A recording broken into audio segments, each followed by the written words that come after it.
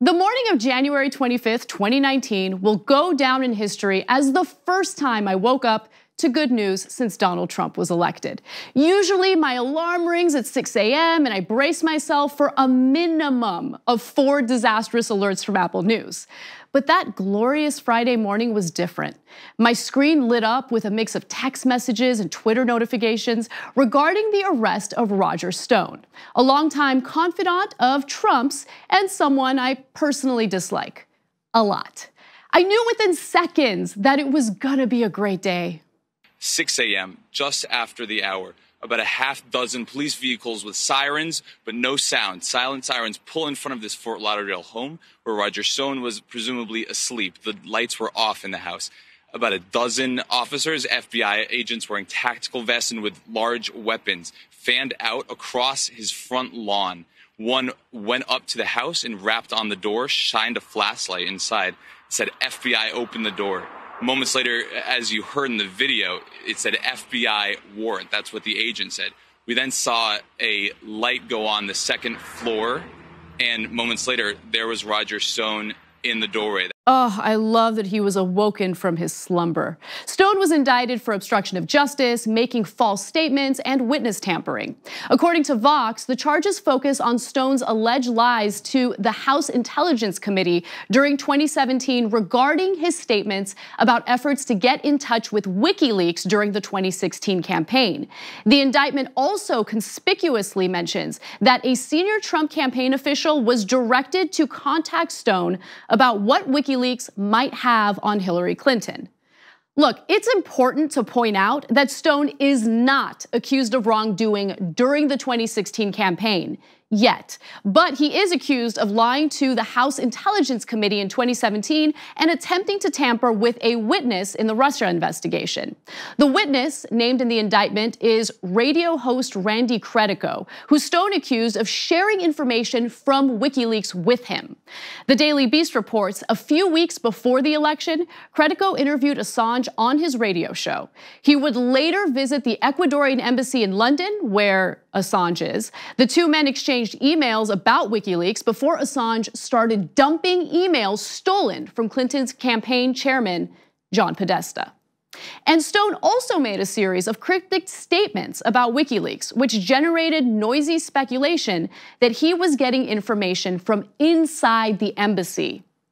The possibility that Stone knew about what WikiLeaks was about to dump is not a crime. Okay, but it is a crime to tamper with witnesses, and emails prove that Stone did just that.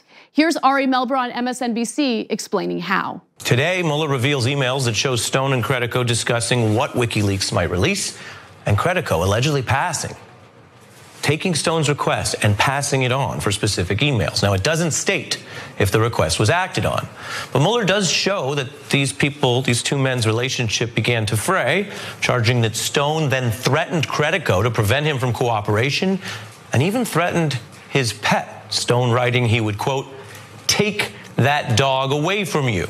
Look, I gotta admit, it's funny that Trump and his cronies keep referring to this investigation as a witch hunt because Stone certainly acted like a well-known witch with that dog threat. I'll get you, my pretty, and your little dog too.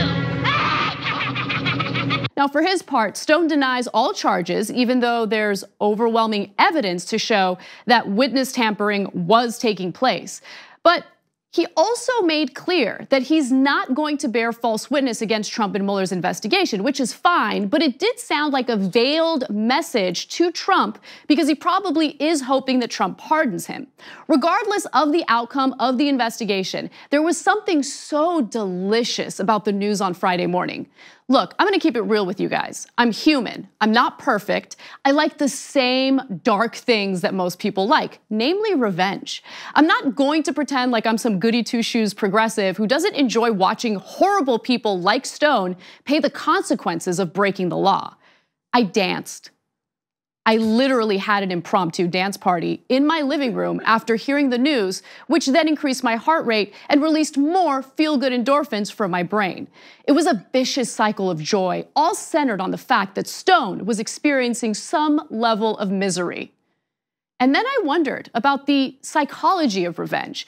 Is there an evolutionary advantage to retaliation? The great Martin Luther King Jr. once said, "The old law of an eye for an eye leaves everybody blind." But the urge for vengeance is real. According to Scientific American, MRI scans have revealed that thinking about revenge activates the reward center where the feel-good neurotransmitter dopamine is lodged, in much the same way that sweet foods or even drugs can. Aside from feeling really good and fostering the right mood for celebratory dance parties, there actually are evolutionary advantages to revenge. According to Michael McCullough, a psychology professor and director of the Evolution and Human Behavior Laboratory at the University of Miami, quote, "Revenge is the output of mechanisms that are designed for deterrence of harm, behaviors designed to deter individuals from imposing costs on you in the future after that individual has imposed costs on you in the first place." Now, here's this wonderful professor giving us some more insight into the evolutionary advantages of retaliation. Revenge is very good at deterring individuals from imposing costs on you, okay? That's very clear. Somebody wants to take something that's yours, somebody wants to sleep with your spouse, somebody wants to take your property, somebody wants to sully your reputation, somebody wants to take advantage of your sister, somebody wants to reduce solidarity in your in-group, somebody spreads a rumor about you, somebody takes your things, somebody assaults you at night on your way back to camp. Tremendous opportunities exist for us to exploit one another, steal each other's food. And all of those selection pressures, as far as we know, have been with us as long as we have been human and well before.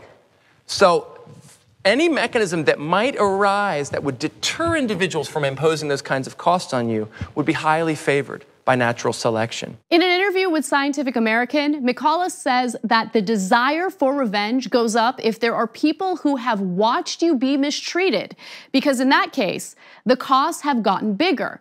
If you don't take revenge, there's a chance that the people will learn that you are the type of person who will put up with mistreatment. So not only does the mere thought of revenge deter people from behaving poorly, but factoring in the possible outcome of vengeance also makes us more likely to cooperate with one another. Now, for all the good people out there who get uneasy at the thought of revenge and would rather lean toward the kind option of forgiveness, just know that your preference is something we see in human behavior as well. Evolutionarily speaking, cost-benefit analysis takes place when we make the ultimate decision between sweet or salty. McCullough says that forgiveness seems like a reasonable thing to do, but it's hard. It's easy to mistake forgiveness for weakness, and that's just the hard truth of our social world today. Inaction is easy to mistake for lack of nerves. Now, we humans are much more likely to risk being mistaken for having a lack of nerves if we've determined that the person who has wronged us provides important advantages to our lives, whether it be a partner who we love or a close friend who we usually rely on. When it comes to people like Roger Stone, he provides nothing of value to people like me. So the revenge not only serves its evolutionary role, but more importantly, it feels really, really good. Oh, did you like that video? Well, that's great, because you never have to miss another episode of No Filter. All you have to do is just hit the subscribe button below and ring the bell to get notified whenever we publish a new video.